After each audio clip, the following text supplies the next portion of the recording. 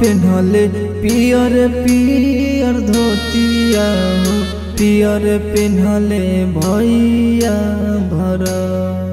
ये छठी माई पियर पेन्हले भैया भरा। तीनों माई मिली जुली चौरा छनेली हो, ताही चौरा बनी अच्छा। ये छठी मैया सिया भूखली छठी के बरा।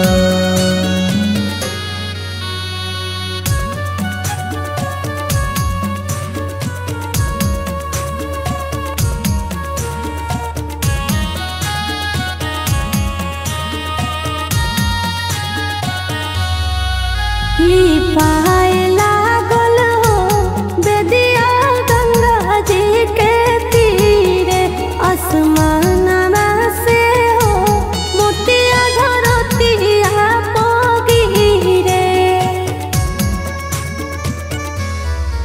सुहावन लागे हो कार्तिक मास के महीनावा, बड़ी भाग बनेला माई के आवे के सुदिनावा। हंसी हंसी देवेली छठी मैया सिसिया, बसब का दया बरसात। है छठी मैया सिया भूखली छठ के बरात।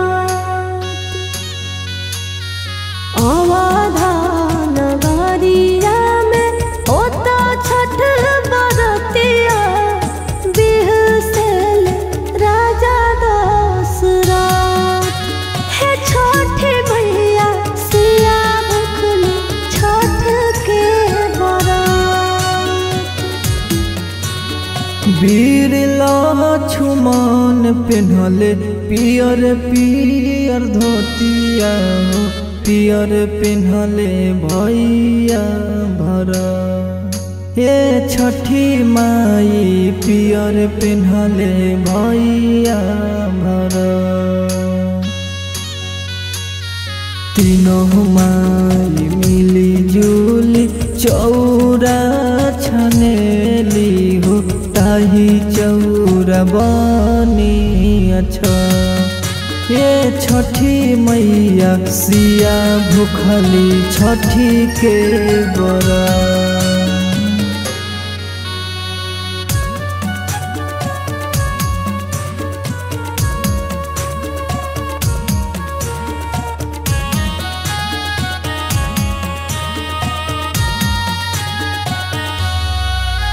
भराए लागल हो कोसिया बिच आंगनैया, ताही कोसिया हो अइली दुलारी छठी मैया।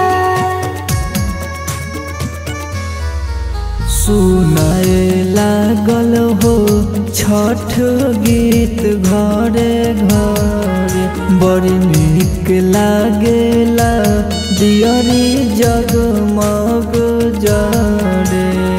दिन दिन कर दीना नाथ गोसैया, आवत होई है राथवा चढ़त। ए छठी मैया सिया भूखली छठ के बरात।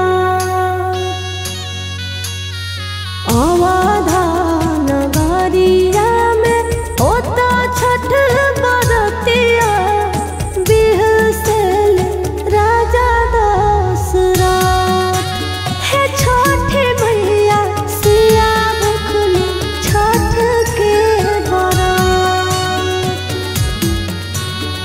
वीर लक्ष्मण पेन्हले पियर पियर धोतिया हो, पियर पेन्हले भैया भरा। ये छठी माई पियर पेन्हले भैया भरा।